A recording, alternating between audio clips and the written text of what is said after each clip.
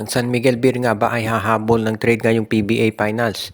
Hindi magaganap ngayong Game 2 pero bago matapos ang finals, posible na humabol ng trade itong si Coach Leo Austria. Meron siya nakitang mga konting pagbabago na kinakailangan para dito sa San Miguel para makasabay dito hindi lang sa TNT Tropang 5G kung hindi maski na sa iba pang mga teams dito sa PBA. Kaya nga ngayon ang nakikita natin dito na po pwedeng kunin ng San Miguel, no? Ang isa dito sa mga options daw dyan ay itong si Evan Nelly. Si Evan Nelly ay naglaro yan dati sa Northport, yung Titan Ultra. Pero naging na-trade to sa Phoenix at ngayon yata balita parang free agent na. So posibleng isa yan doon sa mga guards na kunin ng San Miguel. Kung hindi naman itong si Nelly, posible na itong si Tyler Tio ang kunin nila dahil naghahanap daw ngayon ng iba pang point guard si Coach Leo. At ang isa pang option na nakikita natin dito, baka magdagdag pa sila ng isa pang power forward o center dito sa roster ng San Miguel. Dahil kinakailangan daw ay dito sa mga insider sa kampo ng Beermen na mag-upgrade sila ng lineup dahil nakita na nila yung ginawa nitong TNT Tropang 5G. Napansin niyo nung Game 1 palaging nakakawala itong si Brandon Roser. So kinakailangan ng gumawa ng paraan ng San Miguel para sila naman ang makapag-adjust. Kaya nga sigurado magkakaroon daw ng mga bagong personnel at players itong San Miguel Beermen sa mga darating na araw. Hindi mamadaliin ni Coach Leo yung pagkuha ng point guard at ng isa pang power forward. Pero sinisigurado nila na ito yung mangyayari. Gusto lang talagang tiyakin ni Coach Leo na pagdating dito sa ganitong klaseng sitwasyon, magiging ready na ang San Miguel. At ito naman talaga yung inaabangan ng marami na siguradong gagawin dahil syempre flagship team yan ng SMC. Kaya magdadagdag sila ng mga players na kakailanganin para yung susunod na laban ng SMB, mas kumpleto na yung kanilang lineup. Ang Barangay Hinebra naman daw ay ready na makipag-usap dito sa Blackwater Bossing para sa isang potential na trade. Pinag-aaralan daw ngayon nitong SMB kung sino-sino pa yung mga players mula sa Blackwater na pwede nilang makuha. Alam natin na ang priority dyan itong si Cedric Fairfield pero itong si Christian David at pati na rin yung first round draft pick ng Blackwater ay tinitignan din daw ng SMB ng Hinebra kung magiging available. Kung magiging available daw yan dito sa San Miguel, nasisiguro natin sa Barangay Hinebra, siguradong kukunin niya ni Coach Tim Cone. Ngayon, itong Blackwater, meron pa yung mga ibang assets na posibleng i-acquire ng Barangay Hinebra. Ang lahat ito yung mangyayari lamang kung talaga magkakaroon sila ng sabihin natin kasunduan dito sa usapan sa Blackwater Bossing. Kasi syempre, itong si Coach Jeffrey Cariaso, malamang unahin niya kausapin yung TNT tropa. Pero sa ngayon, mukhang ito raw Barangay Hinebra seryoso dito sa pakikipag-trade sa Blackwater. At maski naman yung kampo ng Blackwater daw ay ready na makipag-usap dito sa Gene Kings.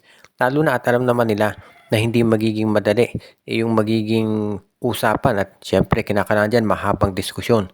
Kaya ngayon pa lamang ay ready na sila makipag-usap. Dahil itong kontrata ni Barefield ay mag-expire na posible na baka ang kunin itong Blackwater bossing na kapalit ay itong si Jeremiah Gray or baka itong si Jason David. Kung ikaw naman si Coach Tim Cone at yun ang ibibigay na kapalit para kay Barefield, pwede na sigurong tanggapin yan. At alam natin na may risk dito kay Barefield. Siyempre, dahil medyo ball dominant yan. Pero sa ngayon, payag daw dito Hinebra. Ayon sa mga nasa kampo ng Hinebra, parang mas priority pa raw ng Hinebra si Christian David kaysa dito kay Barefield dahil ang hinahanap nila ay sentro. At sa 6'8 na height ni David, pwede ito na magamit. Kasama nga itong si Japet Aguilar na po pwede naman nila na makasama. Ang Titan Ultra daw ngayon ay posibleng kausapin itong Reno Shine Elasto Painters para makuha ang big man na si Luis Villegas. Siyempre, may mga magsasabi na hindi naman yan basta pakakawalan ng Reno Shine, lalo na sila mismo ay naghahanap ng sentro. Pero baka daw i-offer na kapalit nitong Titan Ultra itong si Cade Flores. Parang kumbinsido itong Titan Ultra na na itong si Greg Stotter ay pipirma sa kanila ng kontrata. Kaya willing daw silang i-trade na itong si Cade Flores at ang gusto nilang maging Twin Towers, itong si Villegas at itong si Greg Slaughter. Kung itong si Cade Flores mapupunta dito sa Rain or Shine, magiging mas malalim yung kanilang frontcourt lalo na kapag nakabalik na itong si Kit Datu. At itong si Coach Yeng Giao, hindi na niya kailangan pa maghanap sa iba pang teams para kumuha ng sentro.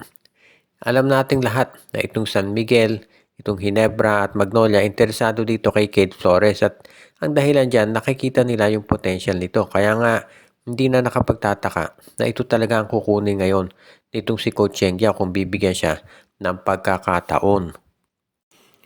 Kaya nga ang mangyayari dito, kung itong itong Rain or Shine Las Tupidas makuha na yan, sa tingin ko magiging okay na to para dito sa kanilang lineup.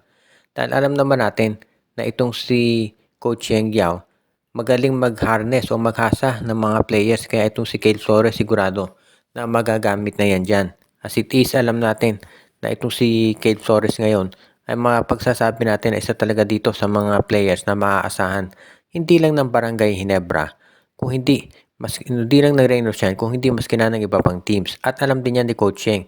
Kaya nga interesado siya talaga na makuha ang serbisyo nito. Lalo na at alam naman natin na nangangailangan talaga ngayon ng mga big men itong Rain or Shine ni Las Painters. Kaya ito'y matinding balita. At ang huli nating report ngayon, ito raw Meralco Balls ay interesado na ma-acquire si Jeric Ahanmisi mula dito sa Terra Firma Jeep. Si Ahanmisi ay sobrang ganda ng pinapakita dito ngayon sa Blackwatt dito sa Terra Firma. Naging isa na siyang legitimate scorer. Marami nga nagsabi hindi lang talaga ito nagamit ng tama dito sa Magnolia Hotshots. Kaya ngayong nasa Terra Firma, lumabas na yung tunay na laro. Kaya naman kung ito'y pag-interesan ng Meralco, sinong magugulat yan? Dahil ang Meralco naman, ang kulang sa kanila ay isang big man na big time na scorer. Kung meron kang Jeric Ahanmisi na isasabay mo pa dito kay CJ Cancino plus kay Chris Newsome, matinding kombinasyon talaga yan. Kaya nasisiguro natin na ito yung oportunidad na hindi pa kakawalan nitong Meralco Bolts. Kapag nakuha na ng Meralco, itong si Jeric Ahanmisi, magiging mas malalim yung kanilang bench at syempre hindi na magiging predictable yung kanilang opensa. At yan talaga yung hinahanap ngayon ng management dito sa Meralco. Kung sakasakali na ito'y matuloy, wala akong nakikitang issue dito pagdating sa pagpalakas ng roster nitong Bolts. Kaya nga ngayon, itong si Coach Luigi Trillo, naghahanda na ng mga players na i-offer para dito kay Jeric Ahanmisi. Hindi pa natin natitiyak kung sino hihilingin ng Terra Firma Jeep. Kasi magdedepende yan, alam natin kung sino ang gugustuhin ng SMC. Pero sa ngayon, mukhang ang plano daw baka i-offer nila si Alain Maliksi at isang second round draft pick para kay Jeric Ahanmisi. Pero posible na baka mag-iba pa yung offer. Ang magiging final decision niya syempre, kung magiging mataas yung hihilinging asking price, baka magdalawang isip ang Meralco. Pero sa totoo raw, talagang interesado sila na makuha itong si Jeric Ahanmisi para madagdagan sila ng isa pang scorer dito sa kanilang lineup.